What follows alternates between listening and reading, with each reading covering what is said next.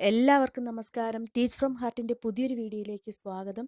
എൻ്റെ പ്രിയപ്പെട്ട NAS+2 വിദ്യാർത്ഥികളെ, 2023 ഏപ്രിൽ ബാച്ചിൻ്റെ അസൈൻമെൻറ്റ് സമയമാണല്ലേ ഇപ്പോൾ. അപ്പോൾ നിങ്ങൾ അസൈൻമെൻറ്റ് എഴുതുന്ന തിരക്കിലായിരിക്കും. ഇന്നത്തെ വീഡിയോ എന്ന് പറയുന്നത് ഹിസ്റ്ററി അസൈൻമെൻറ്റാണ്. അസൈൻമെൻറ്റും പ്രൊജക്റ്റും എങ്ങനെയാണ് അസൈൻമെൻറ്റ് എഴുതേണ്ടതെന്നും അതുപോലെ തന്നെ അസൈൻമെൻറ്റ് എഴുതുമ്പോൾ ശ്രദ്ധിക്കേണ്ട കാര്യങ്ങളെക്കുറിച്ചുമൊക്കെ നമ്മൾ ഇതിന് തൊട്ട് മുന്നേയുള്ള വീഡിയോ അതായിരുന്നു. അപ്പോൾ നിങ്ങൾ ആ വീഡിയോ കണ്ടിട്ട് മനസ്സിലാക്കിയതിന് ശേഷം നിങ്ങളുടെ അസൈൻമെൻറ്റ് എഴുതുക. അപ്പോൾ 315 സബ്ജക്റ്റ് കോഡ്. ഫസ്റ്റ് ക്വസ്റ്റ്യൻ, ഹിസ്റ്ററിയുടെ ഫസ്റ്റ് ക്വസ്റ്റ്യൻ ഓപ്ഷൻ എ ആണ് ഞാൻ സെലക്ട് ചെയ്തിരിക്കുന്നത്.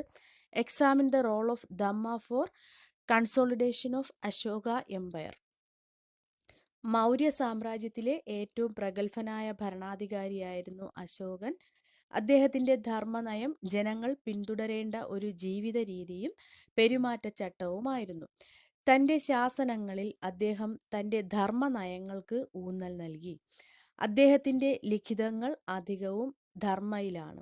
ഇത് എല്ലാ മതവിശ്വാസികളെയും പരക്കെ ആകർഷിക്കുന്നതായിരുന്നു. ധർമ്മത്തിന് നിയമങ്ങളോ നിയന്ത്രണങ്ങളോ ഇല്ലായിരുന്നു. അശോകൻ്റെ പ്രിയപ്പെട്ട അടിസ്ഥാന തത്വം സഹിഷ്ണുതയായിരുന്നു. എല്ലാ സംസ്കാരങ്ങളിലും മതങ്ങളിലും പെട്ട ആളുകൾക്ക് സ്വീകാര്യമായ രീതിയിലാണ് ധമ്മസങ്കല്പങ്ങൾ വികസിപ്പിച്ചെടുത്തത്. അത് അടിമകളോടും സേവകരോടുമുള്ള കരുതലിനെ പ്രോത്സാഹിപ്പിച്ചു. മൂപ്പന്മാരോടുള്ള വിശ്വാസ്യത ഊന്നിപ്പറയുന്നതോടൊപ്പം അഗതികൾക്കും ബ്രാഹ്മണർക്കും ശർമ്മന്മാർക്കുമുള്ള അംഗീകാരത്തെയും കരുതലിനെയും പറ്റിയൊക്കെ പരാമർശിക്കുന്നതാണ് ഏത്? ധമ്മ. അപ്പോൾ ഇത്രയുമാണ് 2 മാർക്കിൻ്റെ ക്വസ്റ്റ്യൻ ആണ്. അപ്പോൾ ഇത്രയും നിങ്ങൾ എഴുതിയാൽ മതി. ഇനി നെക്സ്റ്റ് രണ്ടാമത്തെ ക്വസ്റ്റ്യൻ. രണ്ടാമത്തേതും ഓപ്ഷൻ എ ആണ് സെലക്ട് ചെയ്തിരിക്കുന്നത്. Analyse the reasons why it is important to have an equitable global distribution of wealth.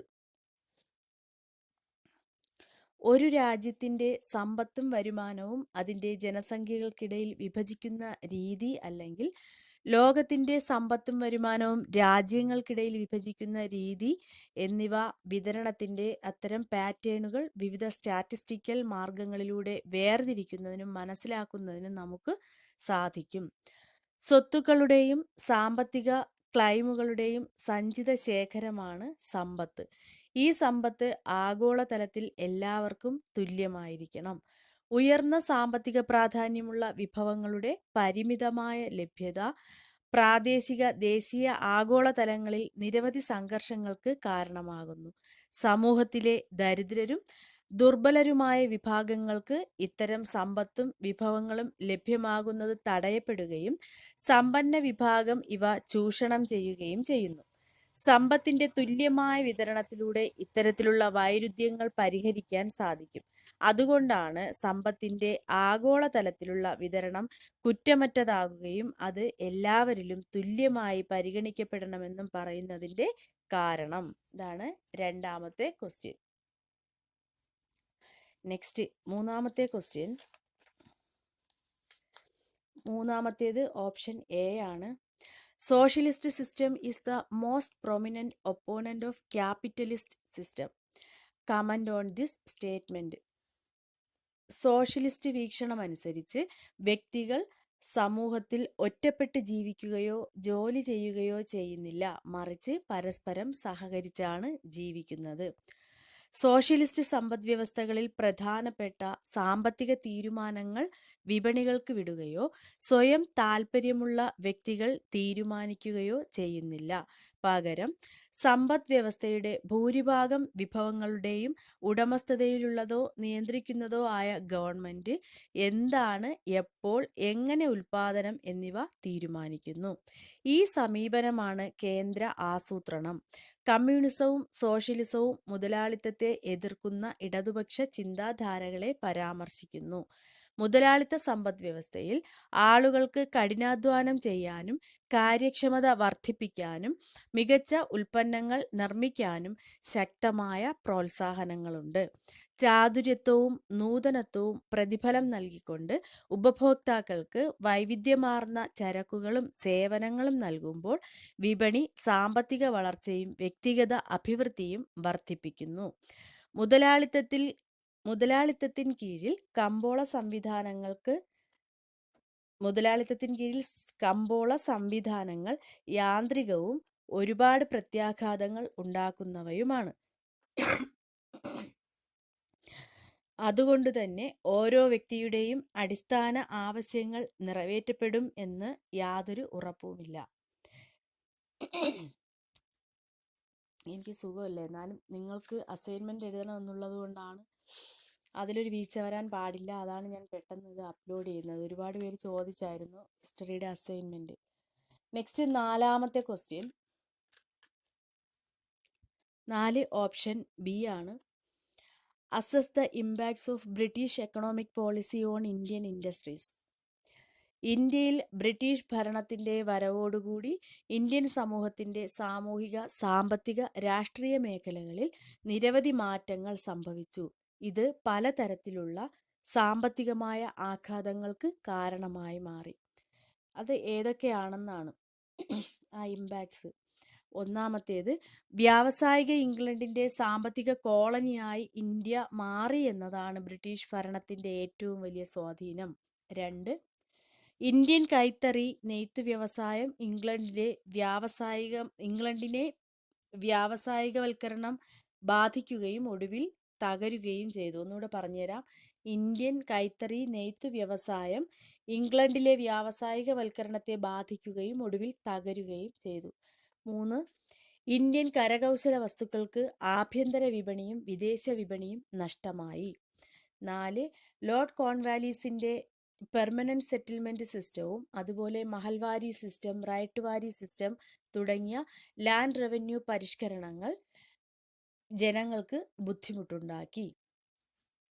5ാമത്തെ point, കൃഷിയുടെ വാണിജ്യവൽക്കരണം തൊഴിലാളികളെ സാരമായി ബാധിക്കുകയും ഇവിടെ ഭൂരഹിതരായ തൊഴിലാളികളുടെ എണ്ണം വർദ്ധിക്കുകയും ചെയ്തു. പണമിടപാടുകാരിൽ നിന്നും പണം കടം വാങ്ങേണ്ടി വന്നതിനാൽ കർഷകർ ചൂഷണം ചെയ്യപ്പെടുന്ന പുതിയ പണമിടപാട് വർഗത്തിൻ്റെ പിറവിയിലേക്ക് ഇത് നയിക്കുകയും ചെയ്തു. അപ്പോൾ ഇത്രയാണ് 4ാമത്തെ ക്വസ്റ്റ്യൻ്റെ ആൻസർ. 5ാമത്തേത്, examine the relations between the regional states and the Delhi sultanate. 7ാം നൂറ്റാണ്ടിലെ കാർഷിക വികസനങ്ങൾ പ്രാദേശിക സംസ്ഥാനങ്ങളുടെ വികസനത്തിൽ ഒരു പ്രധാന പങ്കുവഹിച്ചു. ഈ സംഭവ വികാസങ്ങൾ മിച്ച സമ്പത്തും വ്യാപാര സമുദ്ര പ്രവർത്തനങ്ങളും സൃഷ്ടിച്ചു. കാർഷിക മിച്ചം നിയന്ത്രിക്കുന്ന ശക്തരായ വിഭാഗങ്ങളുടെ ഉദയം വർദ്ധിക്കുന്നതിന് കാരണമായി. അങ്ങനെ ഇത് ചില വിഭാഗങ്ങൾ ഭരിക്കുന്ന രാജവംശങ്ങളുടെ തന്നെ സ്ഥാപനത്തിന് കാരണമായി മാറി. സുൽത്താനേറ്റ് മുഗൾ കാലഘട്ടത്തിലെ വിവിധ പ്രാദേശിക രാജ്യങ്ങൾ, സംസ്ഥാനങ്ങളുമായുള്ള അവയുടെ ബന്ധം, സാമൂഹിക സാമ്പത്തിക സാഹചര്യങ്ങൾ, പ്രാദേശിക ഭരണകൂടത്തിൻ്റെയും പ്രാദേശികവാദത്തിൻ്റെയും ആശയം നിർവചിക്കൽ, ഇവയെല്ലാം ഈ വിഷയവുമായി ബന്ധപ്പെട്ട കാര്യങ്ങളാണ്. ബംഗാൾ, ബീഹാർ, ഗുജറാത്ത്, മാൾവ, ഡെക്കാൻ സംസ്ഥാനങ്ങൾ, രജപുത്ര സംസ്ഥാനങ്ങൾ, ഹൊയ്സാലകൾ, പാണ്ഡ്യന്മാർ മുതലായ പ്രാദേശിക സംസ്ഥാനങ്ങൾ കൂട്ടിച്ചേർക്കപ്പെട്ടതോടെയാണ് ഡൽഹി സുൽത്താനേറ്റിൻ്റെ വിപുലീകരണം സാധ്യമായത്.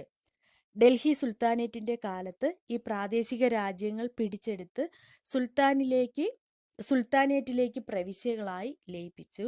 ഈ സംസ്ഥാനങ്ങൾ ഒരു വലിയ സാമ്രാജ്യത്തിൻ്റെ ഭാഗമായിരുന്നു എങ്കിലും അവരുടെ സംസ്കാരവും കലയും സാഹിത്യവും സംരക്ഷിക്കപ്പെടുകയും തുടരുകയും ചെയ്തു. പ്രാദേശിക സംസ്ഥാനങ്ങളിലെ ഗവർണർമാരുടെ കലാപമാണ് പിന്നീട് ഡൽഹി സുൽത്താനേറ്റിൻ്റെ അധപതനത്തിന് കാരണമായത്. ഇത്രയുമാണ് 5ാമത്തെ ക്വസ്റ്റ്യൻ. നെക്സ്റ്റ് 6ാമത്തേത് ഒരു പ്രൊജക്റ്റ് വർക്കാണ്. അത് ബി ആണ് option. Make a list of various types of source material used by ancient historians. ചരിത്രത്തെ പ്രാഥമികമായി 2 തരം സ്രോതസ്സിലൂടെ കണ്ടെത്താൻ കഴിയും. ഇവ രണ്ടും കൂടാതെ മൂന്നാമത് ഒരു മാർഗം കൂടിയുണ്ട്. അതായത് പുരാവസ്തു സ്രോതസ്സുകൾ, സാഹിത്യ സ്രോതസ്സുകൾ, വിദേശീയരായ സഞ്ചാരികളുടെ വിവിധ രചനകളും രേഖപ്പെടുത്തലുകളും. പുരാവസ്തു സ്രോതസ്സുകളിൽ നമ്മുടെ ചരിത്രവുമായി ബന്ധപ്പെട്ട നിരവധി ഘടകങ്ങൾ ഉൾപ്പെടുന്നു. അതായത് കെട്ടിടങ്ങൾ, വീടുകൾ, മൺപാത്രങ്ങൾ, മുദ്രകൾ, നാണയങ്ങൾ, സ്മാരകങ്ങൾ, കല്ലുകളിലോ ചുവരുകളിലോ ഉള്ള എഴുത്തുകൾ, പെയിൻറ്റിങ്ങുകൾ, ഉപകരണങ്ങൾ, ആഭരണങ്ങൾ, അസ്ഥികൾ, അവശിഷ്ടങ്ങൾ, ലോഹക്കഷണങ്ങൾ, മറ്റു പുരാവസ്തുക്കൾ എന്നിവയെല്ലാം ഉൾപ്പെടുന്നു. സ്മാരകങ്ങൾ പഴയ കെട്ടിടങ്ങളോ മറ്റു പഴയ ഘടനകളോ ആണ്. അവരുടെ ചരിത്രപരമായ ബന്ധം അല്ലെങ്കിൽ പൈതൃകവും ലിഖിതങ്ങളും മുദ്രകൾ, ക്ഷേത്രമതിലുകൾ, കല്ലുകൾ അല്ലെങ്കിൽ തൂണുകൾ, മരപ്പലകകൾ, ഇഷ്ടികകൾ, ചിത്രങ്ങൾ എന്നിവയാണ്. സാഹിത്യ സ്രോതസ്സുകളെ സംബന്ധിച്ചിടത്തോളം ചരിത്രകാരന്മാർ വിവിധ ഗ്രന്ഥങ്ങളെ പരിശോധിക്കുന്നു. മതസാഹിത്യം, മതേതര സാഹിത്യം, വിദേശ അക്കൗണ്ടുകൾ മുതലായവ ഇതിൽ ഉൾപ്പെടുന്നു. ഏതൊരു സമൂഹത്തിൻ്റെയും സാമൂഹിക രാഷ്ട്രീയ ചരിത്രം പുറത്തു കൊണ്ടുവരുന്നതിൽ മതസാഹിത്യത്തിന് ഒരു പ്രധാന പങ്കുണ്ട്. നമ്മുടെ പൗരാണിക ഇന്ത്യൻ ചരിത്രം മനസ്സിലാക്കുന്നതിന് നമ്മെ നിരവധി സാഹിത്യങ്ങൾ സഹായിച്ചിട്ടുണ്ട്. നേരത്തെ പറഞ്ഞവ കൂടാതെ ധാരാളം പുരാവസ്തു സൈറ്റുകൾ, വാക്കാലുള്ള പ്രക്ഷേപണങ്ങൾ, ശിലാലിഖിതങ്ങൾ, റെക്കോർഡ് ചെയ്ത ശബ്ദങ്ങൾ, വാക്കാലുള്ള ചരിത്രം എന്നിവയും ചരിത്ര സ്രോതസ്സുകളിൽ ഉൾപ്പെടുന്നു. ചരിത്ര സ്രോതസ്സുകളുടെ തരങ്ങളിൽ പ്രാഥമിക ഉറവിടങ്ങൾ, ദ്വിതീയ ഉറവിടങ്ങൾ, തൃതീയ ഉറവിടങ്ങൾ എന്നിവ ഉൾപ്പെടുന്നു. വിദേശ അക്കൗണ്ട് നാം പരിശോധിക്കുകയാണെങ്കിൽ വിനോദസഞ്ചാരികളെക്കാൾ മുൻകാലങ്ങളിൽ വിദേശ സഞ്ചാരികൾ കൂടുതൽ അഗാധമായ പങ്ക് വഹിച്ചിരുന്നു. അവർ നാഗരിക സമ്പർക്കത്തിൻ്റെയും കൈമാറ്റത്തിൻ്റെയും ഏജന്റുമാരായിരുന്നു. പുതിയ ആശയങ്ങളും കഴിവുകളും സാങ്കേതിക വിദ്യകളും കൊണ്ടുവരികയും പുതിയ അറിവുകളുമായി മടങ്ങുകയും ചെയ്തു. ഇനി നിങ്ങളുടെ ഹിസ്റ്ററിയുടെ ക്വസ്റ്റ്യൻ പേപ്പറിൽ തന്നിട്ടുണ്ട്. Archaeological source, literary source, archaeological sources, literary sources, foreigners account. ഇത് 3 കോളമായിട്ട് ഇങ്ങനെ വരച്ച് എഴുതാനായിട്ടാണ്. അത് ഓരോന്നിൻ്റെ 5 എണ്ണം വീതം എഴുതാൻ കൊടുത്തിട്ടുണ്ട്. പക്ഷേ ഒരു അസൈൻമെൻറ്റ് പേപ്പറിൽ ഇത് 3ഉം കൂടി ഒരുമിച്ച് നിൽക്കുമെന്ന് എനിക്ക് തോന്നുന്നില്ല. അപ്പോൾ നിങ്ങൾ നിങ്ങളുടെ സൗകര്യപ്രകാരം എഴുതുക. ഞാനിപ്പോൾ ഇവിടെ നിങ്ങൾക്ക് പറഞ്ഞു തരുന്നത്, സജസ്റ്റ് ചെയ്യുന്നത് ഓരോന്നും ആർക്കിയോളജിക്കൽ സോഴ്സസ് എന്ന് എഴുതി അവ 5 എണ്ണം ആദ്യം എഴുതി കോളം വരച്ച് എഴുതിയതിന് ശേഷം തൊട്ട് താഴെ എന്ത് ചെയ്യുക, ലിറ്റററി സോഴ്സസ് എന്ന് എഴുതി കോളം വരച്ചെഴുതുക. അതായിരിക്കും ബെറ്റർ എന്ന് എനിക്ക് തോന്നുന്നു. 3 കൂടി ഒരു പേജിൽ ഒരുമിച്ച് നിൽക്കുമെന്ന് തോന്നുന്നില്ല. നിങ്ങളുടെ സൗകര്യം പോലെ എഴുതുക. ആർക്കിയോളജിക്കൽ സോഴ്സസിൽ ഏതൊക്കെ വരും? 1 സ്മാരകങ്ങൾ, 2 കല്ലുകളിലോ ചുവരുകളിലോ ഉള്ള എഴുത്തുകൾ, 3 പെയിൻറ്റിങ്ങുകൾ, 4 മുദ്രകൾ, 5 മൺപാത്രങ്ങൾ. ഇനി ലിറ്റററി സോഴ്സസിൽ 1 വേദങ്ങൾ, 2 ബുദ്ധ-ജൈന ഗ്രന്ഥങ്ങൾ, 3 ബ്രാഹ്മണങ്ങൾ, 4 ഉപനിഷത്തുക്കൾ, 5 ആരണ്യകങ്ങൾ. മതസാഹിത്യങ്ങളും മതേതര സാഹിത്യങ്ങളും ഒക്കെ ലിറ്റററി സോഴ്സസിൽ വരുന്നതാണ്. ഫോറിനേഴ്സ് അക്കൗണ്ടിൽ വരുമ്പോൾ ഹുയാങ് സാങ് എന്ത് ചെയ്തിട്ടുണ്ട്? ഹർഷവർദ്ധനൻ്റെ കാലഘട്ടത്തിലെ വിവരങ്ങൾ നമുക്ക് നൽകിയിട്ടുണ്ട്. അങ്ങനെ നൽകിയ വിദേശ സഞ്ചാരിയാണ് ഹുയാങ് സാങ്. നെക്സ്റ്റ് 2 ഫാഹിയാൻ ഗുപ്ത കാലഘട്ടത്തിലെ ജീവിത വിവരങ്ങളെക്കുറിച്ച് വിവരങ്ങൾ നൽകുന്നു. 3 അബ്ദുൾ റസാഖ് വിജയനഗര സാമ്രാജ്യത്തെ സംബന്ധിക്കുന്ന വിവരങ്ങൾ നൽകുന്നു. 4 അൽബറൂണി ഇന്ത്യക്കാരുടെ പ്രത്യേകിച്ച് ഹിന്ദുക്കളുടെ സംസ്കാരത്തെപ്പറ്റി വിവരങ്ങൾ നൽകിയിട്ടുണ്ട്. 5-മത്തേത് അൽ മസൂദി AD 941 മുതൽ 943 വരെ 2 വർഷം അദ്ദേഹം ഇന്ത്യയിൽ താമസിച്ച് ഇവിടുത്തെ രാഷ്ട്രകൂടങ്ങളെപ്പറ്റി എഴുതിയിട്ടുണ്ട്. അപ്പോൾ ഇതെല്ലാം ഫോറിനേഴ്സ് അക്കൗണ്ടിൽ വരുന്നതാണ്. ഇനി അതിൻ്റെ ഒരു കൺക്ലൂഷനായിട്ട് നമ്മൾ എഴുതിയിട്ടുള്ളത്, ഇത്തരത്തിലുള്ള നിരവധി ഉറവിടങ്ങൾ നമ്മുടെ ചരിത്രത്തെക്കുറിച്ച് മനസ്സിലാക്കുന്നതിന് പുരാതന ചരിത്രകാരന്മാരെ സഹായിച്ചിട്ടുണ്ട്. പുരാവസ്തുക്കളിലൂടെയും ലിഖിത സാഹിത്യങ്ങളിലൂടെയും വിദേശ സഞ്ചാരികൾ നൽകിയിട്ടുള്ള വിവരങ്ങളിലൂടെയും ഇന്നും നമ്മുടെ സംസ്കാരത്തെ പലരും അറിയുന്നുണ്ട്. അപ്പോൾ ഇത്രയാണ് ഹിസ്റ്ററിയുടെ അസൈൻമെൻറ്റ് എന്ന് പറയുന്നത്.